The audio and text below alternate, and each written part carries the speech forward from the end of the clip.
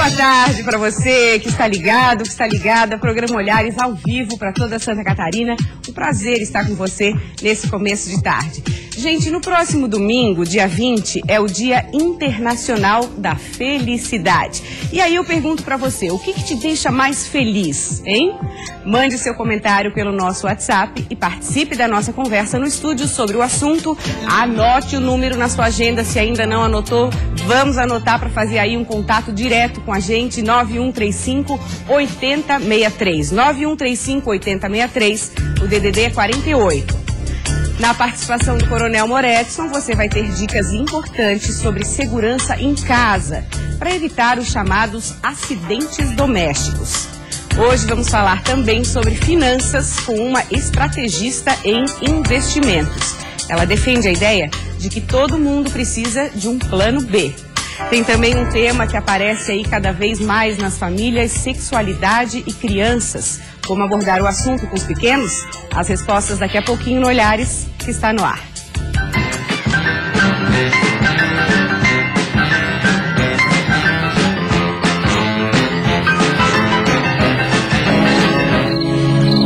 Dia 20 de março é considerado Dia Mundial da Felicidade, um assunto super gostoso de falar. A gente convidou aqui a psicoterapeuta Letícia Del Piso. Bem-vinda ao programa. Tudo bem, Letícia? Oi, tudo bem? Obrigada pelo convite. Um prazer tê-la aqui. Quando a gente fala em felicidade, é uma coisa muito particular, é difícil até de definir, porque o que é felicidade para mim, necessariamente não é para você, né? Sim, as experiências, elas são construídas, temperamento mais caráter.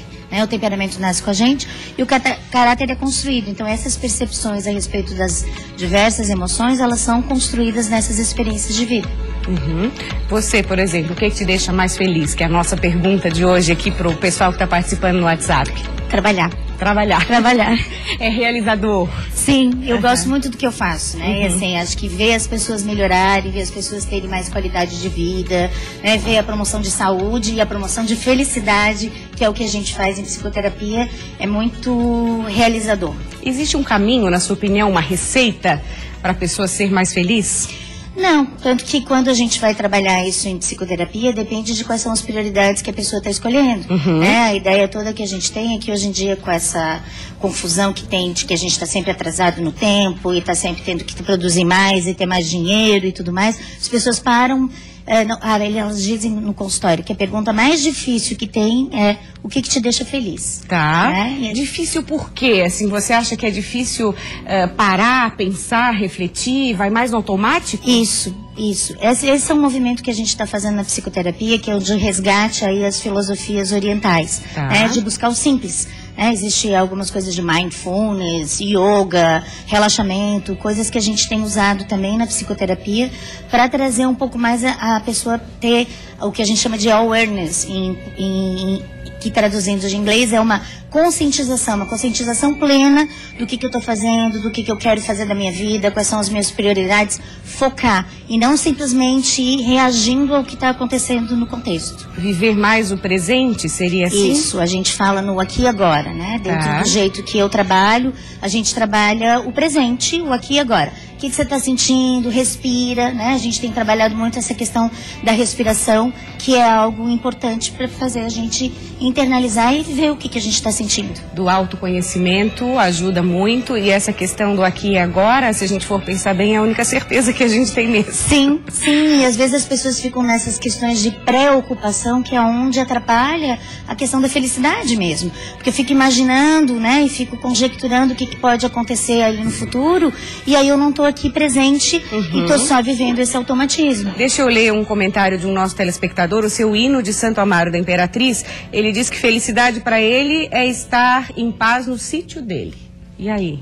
Sim, porque daí é onde ele está realmente presente com aquilo ali, né? Então, assim, é isso que eu estava te falando, de buscar o simples, que às vezes a gente vai e complica, precisa disso, precisa daquilo, precisa de outra coisa. Tá, mas e eu? Gera demandas, a gente mesma gera as demandas e depois reclama, não é? Sim, e aí tem aquela questão de que a grama do vizinho sempre é mais verde, né? Então, ao invés de eu parar para prestar atenção no que está acontecendo comigo e o que me deixa tranquilo, em paz, feliz, eu fico olhando para o outro lado, eu queria aquilo, eu queria aquele outro, eu queria aquele outro, e não prestei atenção no que eu estou sentindo. Tem um telespectador de Florianópolis, ele não colocou o nome. Letícia, como ser feliz diante dessa crise e de tanta corrupção no Brasil? E aí eu quero te perguntar essa relação de felicidade versus esse momento político que a gente está vivendo.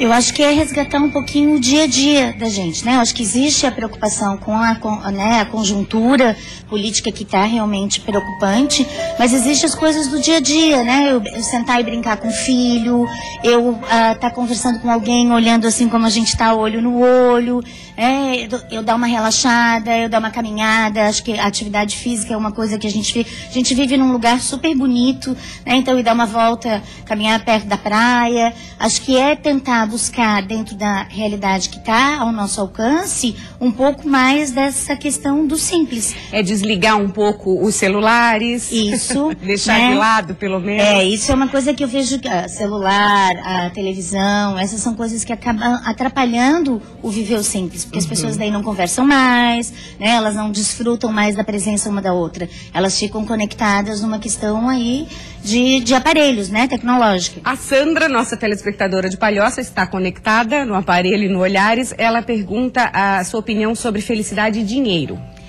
Olha, eu acho que tudo depende de como que você estabelece as suas prioridades materiais, né? Porque às vezes eu posso ganhar, acho que não importa o quanto eu ganho, importa o quanto eu gasto. E como eu gasto, né? Qual é a qualidade que eu faço nessa relação com as finanças. Acho que dinheiro ajuda, né? Tem um ditado aí que diz, né? Dinheiro não traz felicidades, mas que ajuda, né? Dá uma certa folga, sim, né, dá uma segurança, né? Acho que traz essa história da segurança.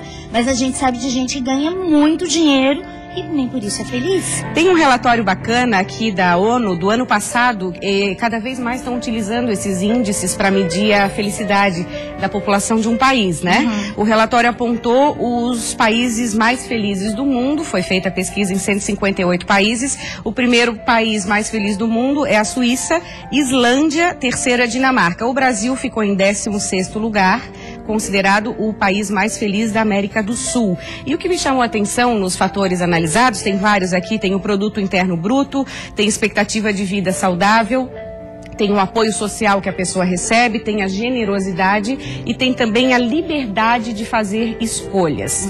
Qual é a relação dessa minha liberdade de fazer escolhas diretamente com a felicidade? É que eu acho que dentro da sociedade que a gente vive, existe uma coisa de a gente seguir o fluxo que todo mundo está fazendo. E eu não paro para escolher o que eu quero. Então, a hora que eu consigo, né, escolher o que eu quero, isso é libertador, de alguma forma. Não, eu estou me realizando com isso, que é o que eu te falei, por exemplo. Eu sou feliz sendo psicoterapeuta. Tá bom, muito obrigada pela sua vinda aqui. Obrigada. Se alguém quiser alguma outra informação, eu deixo meu contato, que é 9652-5602. 48 Florianópolis. 48, tá bom. Obrigada, Letícia. Obrigada. Até mais. A gente falou da relação de dinheiro e felicidade, nós vamos falar agora de dinheiro com a Cláudia. Cláudia é estrategista em investimentos, está aqui me esperando. Tudo bem, Cláudia? Bem-vinda. Tudo bom? Eu começo fazendo uma relação da entrevista anterior. Você que trabalha no seu dia a dia com dinheiro, né? Gestora de grandes fortunas também. O que você percebe, assim, nos seus clientes, essa relação de felicidade e dinheiro? Na verdade, eu acredito que dinheiro não está diretamente relacionado à felicidade. Mas, obviamente, que dinheiro compra qualidade de vida. E qualidade de vida é muito importante. Agora, a gente vê realmente pessoas muito ricas que são extremamente infelizes, né? Que estão tomando remédio, que estão em depressão. Eu acredito que a felicidade ela é algo muito maior do que isso. Então, a felicidade está nas relações, a felicidade está... eu acho que na plenitude.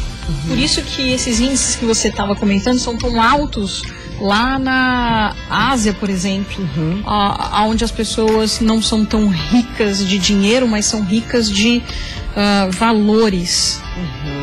Isso preenche a nossa alma. E eu acho que isso é a maior alavanca da felicidade. Tá certo. Agora não fazendo nenhuma apologia à pobreza, né? Por favor.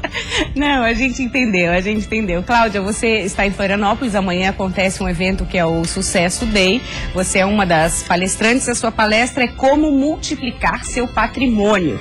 E aí eu pergunto, para multiplicar meu patrimônio, eu tenho que ser rica? Como é que é essa questão? Porque quando falo em patrimônio, mas como é que eu vou multiplicar se eu nem tenho patrimônio?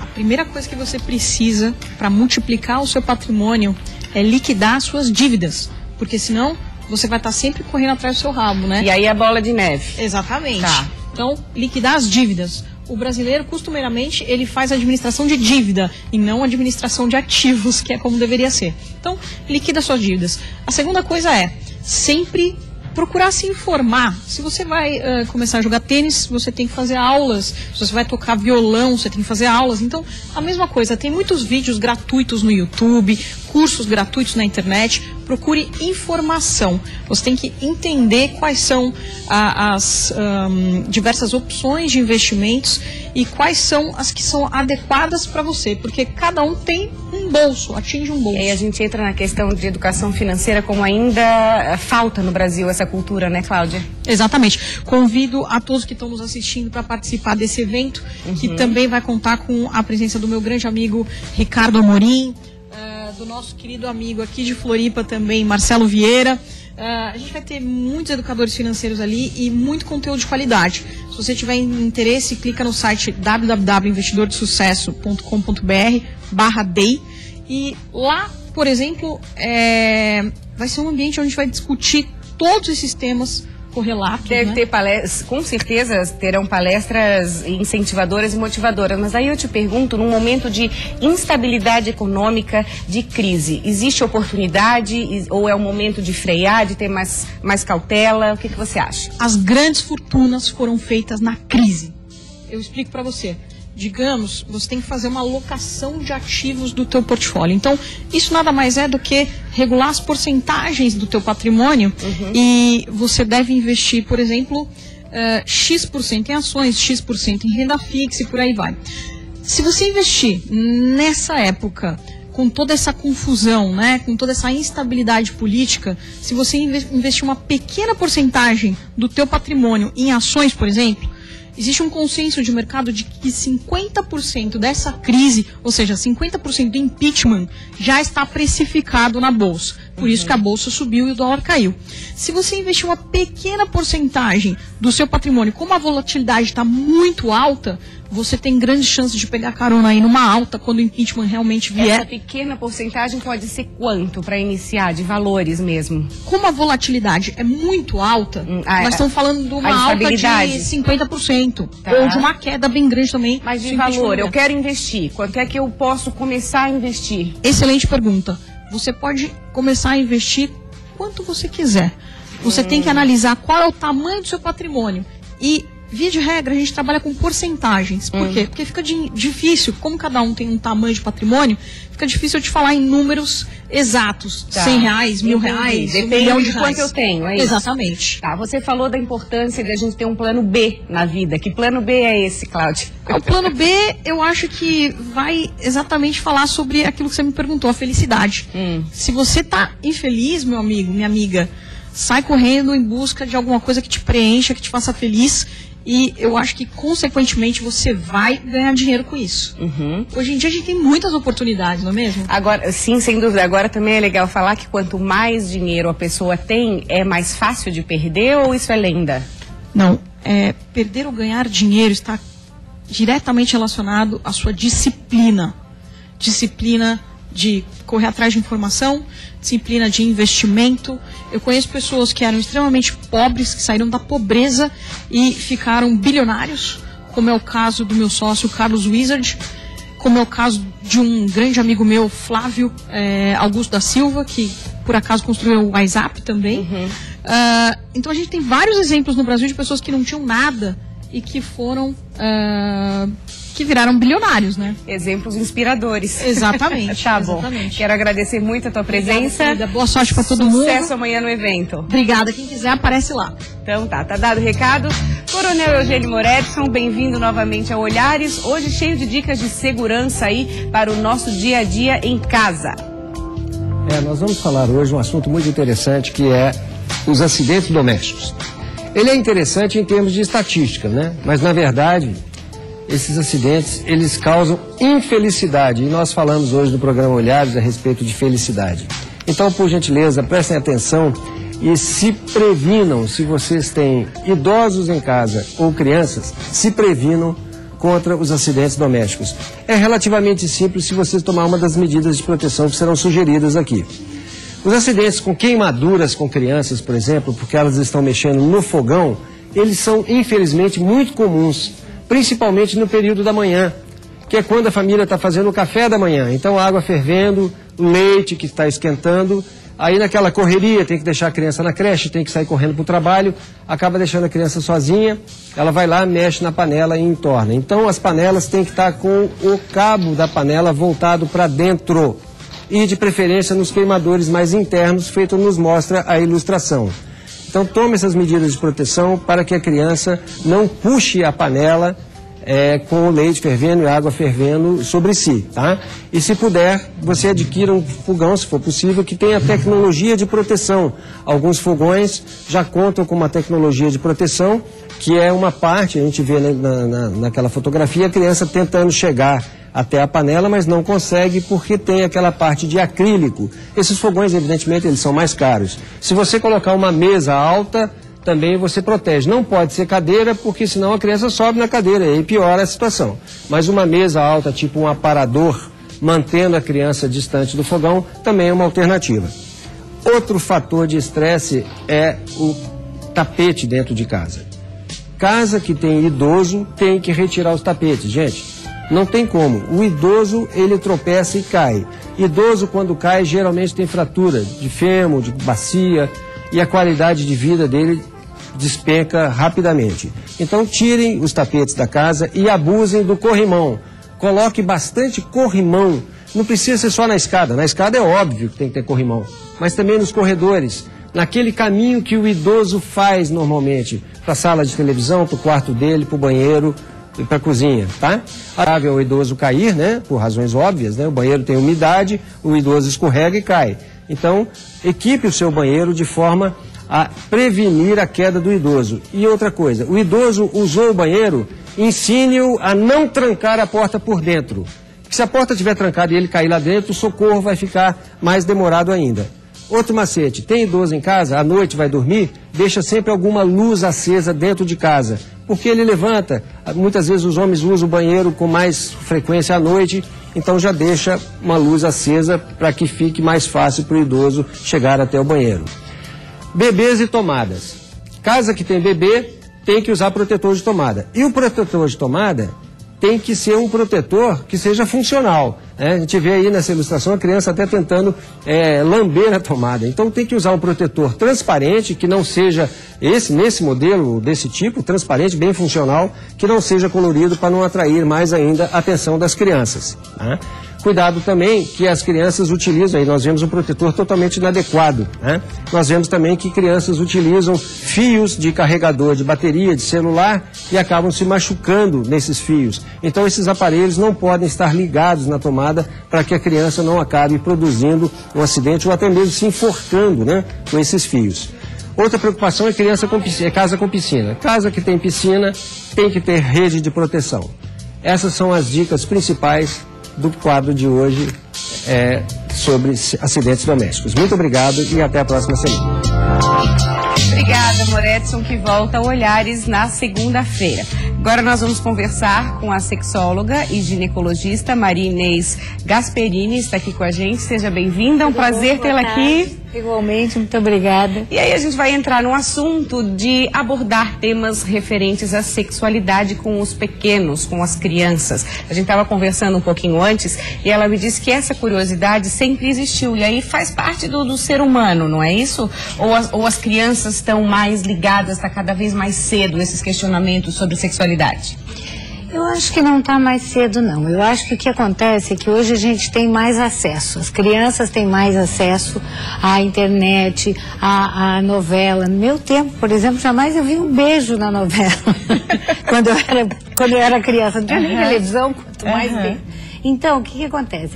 Essas coisas hoje as crianças estão assistindo, não é? Estão assistindo toda a sexualidade em todos os lugares. A sexualidade é uma coisa que sempre existiu, faz parte do corpo da gente. O que acontece é que eu acho que a gente continua com vergonha, isso sim, de conversar sobre essa questão. Então, as famílias, muitas vezes, falam muito pouco deixam para a escola, não é? Ou deixam para televisão, ou deixam para a internet ensinar o que é obrigação nossa de pais, de ensinar cada um com o que acha, com o que sabe. Aí, doutora Marinês, eu te pergunto, né?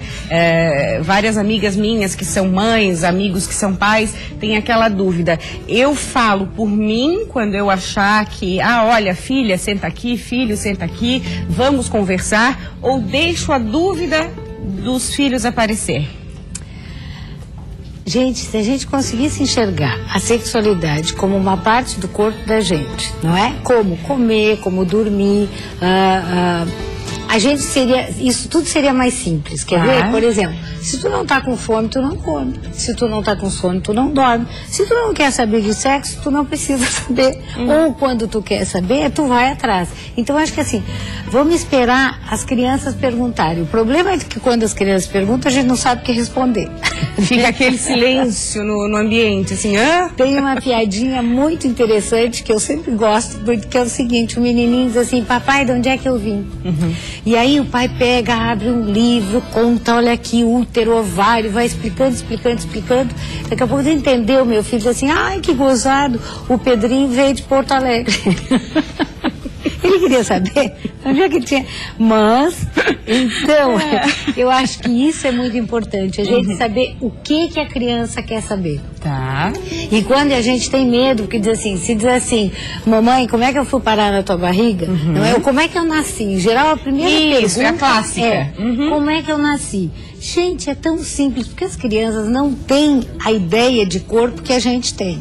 Não é? A gente tem algumas partes do corpo que a gente fica toda envergonhada. As crianças não. Para ele a orelha, o pinto, o pênis, a mesma coisa. É a mesma coisa. Tá. Não é? Então, eles não têm essa vergonha que a gente vai criando com os anos. E qual é a orientação? Mãe, assim, como é que eu nasci? Mãe, como é que eu nasci? Meu filho, a gente tem as mulheres têm 3 buraquinhos, os homens têm 2. Um buraquinho para fazer xixi, um buraquinho para fazer cocô, e no meio desses 2 buraquinhos tem um outro buraquinho, que é por onde sai o nenê. Pronto. Em geral, as crianças não vão além disso. Se esse buraquinho não abre direito, o médico faz um corte aqui na barriga e tira o nenê por cima. Acabou. Aí o medo qual é? É que, sim, mas e como é que eu entrei? Em geral, não é? Eles nunca perguntam as duas coisas juntas. Nunca perguntam. Tá. Isso vai surgir depois. Isso, em geral, na grande maioria dos casos, surge bem depois. Aí dá tempo da gente se preparar para explicar como é que entrou. Como é que entrou? Muito simples. Papai tem um pinto, a mamãe tem um buraquinho, papai bota o pinto no buraquinho, solta um líquidozinho lá dentro e assim se faz o neném. Se forma a vida. Tá. Claro que tem muita gente que tem vergonha de falar isso. Então eu acho que assim, se eu tenho vergonha, se eu não consigo falar, é muito simples. Dizer assim, olha meu filho, eu tenho vergonha, a minha mãe também nunca falou comigo, meu pai nunca me explicou, eu vou achar um jeito de te falar. O problema todo é quando a gente diz assim, depois eu te explico, agora a mamãe não tem tempo. Repreende, né? Eu já vi casos assim, por que tá perguntando isso? Uma criança da tua idade não tem que saber dessas coisas? Exatamente. Tu vê como essa questão da sexualidade é complicada, porque a gente, se puder botar as crianças para aprender 4, 5 línguas aos 3 anos de idade, a gente põe. Então, a gente quer que eles aprendam. Agora, quando chega na questão sexual, quanto menos sabe, melhor. É aquele exemplo assim, né? A gente ensina a atravessar a rua o quanto antes, não é? Esse cuidado, tem que atravessar a rua. Não, como o Moretson estava falando, os cuidados com a tomada em casa, essas coisas a gente ensina. Por que não incluir a sexualidade nessa educação? A sexualidade é uma coisa boa, prazerosa, que nos traz felicidade, que a gente estava falando antes, não é? E que a gente tem que encarar, ou pelo menos tentar encarar com a maior naturalidade possível. Essa naturalidade que a Marinês está conversando com a gente foi transferida para livrinhos, que ela fez uma coleção aqui que eu acho uma graça, que é o Acho Que, né? Deixa eu mostrar aqui pro Mu. Acho Que, esse aqui qual que é? Esse fala sobre a primeira menstruação. Que é o Acho Que, tá aqui, menstruei, aqui. É outra coisa também que fica um assunto que meio... muitas vezes, que ainda hoje tem meninas que não sabem que quando vem aparece sangue na calcinha, meu Deus, o que é isso? Me machuquei. Que ainda se assustam. Que ainda se assustam, porque algumas mães, alguns pais ainda têm dificuldade de falar sobre uma coisa que faz parte da vida. Faz parte da vida também ir ao ginecologista. Ela também fez aqui. Acho que vou ao ginecologista, que é uma forma interessante também de abordar a primeira consulta. De explicar, porque às vezes as meninas têm medo. E quando a gente cresce, quando a gente sai do pediatra, praticamente todas nós mulheres acabamos no ginecologista. Sim, é um processo natural. E também tenho, acho que vou ter que usar camisinha, também uma abordagem super fácil para você começar aí a tratar disso com seu filho, com a sua filha. Aliás, essa questão da camisinha assusta, né? Porque a gente tem dados cada vez maiores que as pessoas estão deixando de lado, jovens principalmente. No Brasil, Paula, tem aumentado a incidência de casos de AIDS, sendo que no mundo inteiro essa incidência caiu. Sim, a gente está indo na contramão. Nós estamos indo na contramão, por quê? Exatamente pela dificuldade que as pessoas têm. Depois as meninas e os meninos, por exemplo, comecei a namorar, a gente é fiel, então se é fiel não precisa mais usar. Né? Então isso tem sido uma coisa assim, tá difícil, gente, de usar camisinha. Acho que usar camisinha é chato? Claro que é. Botar piercing, quanto tempo leva um piercing para que não doa mais? Sim. Não é? Inclusive então, falar isso pro filho, pra filha. Claro. É chato? Mas tem que usar. Mas tem que usar. Então, a camisinha é a mesma coisa. Camisinha a gente adapta com muito mais rapidez do que piercing, que leva meses para cicatrizar. Tá bom, Marinês, quero agradecer muito a tua presença. É o tipo de conversa que a gente iria o programa inteiro aqui. Obrigada mesmo, foi um prazer, Obrigada, tá? gente, tudo de bom. Obrigada. Final de semana chegando com opções para você se divertir. A gente indica 2 espetáculos de teatro aqui em Florianópolis. Um deles é a comédia Um Morto Muito Vivo. É a história de Valdomiro e toda a família que passam por situações hilárias após a morte de um deles. Olha só o convite. Oi pessoal, nós somos a companhia de teatro Os Papudos. Estamos aqui para convidar vocês para assistir o espetáculo Um Morto Muito Vivo, que será dias 18, 19 e 20 de março, a partir das 20 horas, no Teatro da Ubra, aqui no centro. Você pode adquirir os ingressos na recepção da Escola Actoro ou com o pessoal do elenco. Esperamos por você. Animação. E domingo tem a peça As Felicianas, no Teatro Pedro Ivo, às 8 horas da noite. Você aí tá assistindo o programa Olhares. Sabe o que vai ter nesse domingo? As Felicianas! Esse domingo lá no Teatro Pedro Ivo, hein? Não vai perder a gente! Mesmo! Nada na liga! Diversão macho. A gente adorou o recado aí, muito obrigada, sucesso para todos vocês. Um beijo para você que nos acompanhou até agora, durante a semana. Tenha um final de semana com muita paz, com muita alegria, com muita felicidade. Segunda-feira estaremos de volta, à 1 da tarde. Vem aí Nader Kalil, um Repórter Band. Beijo!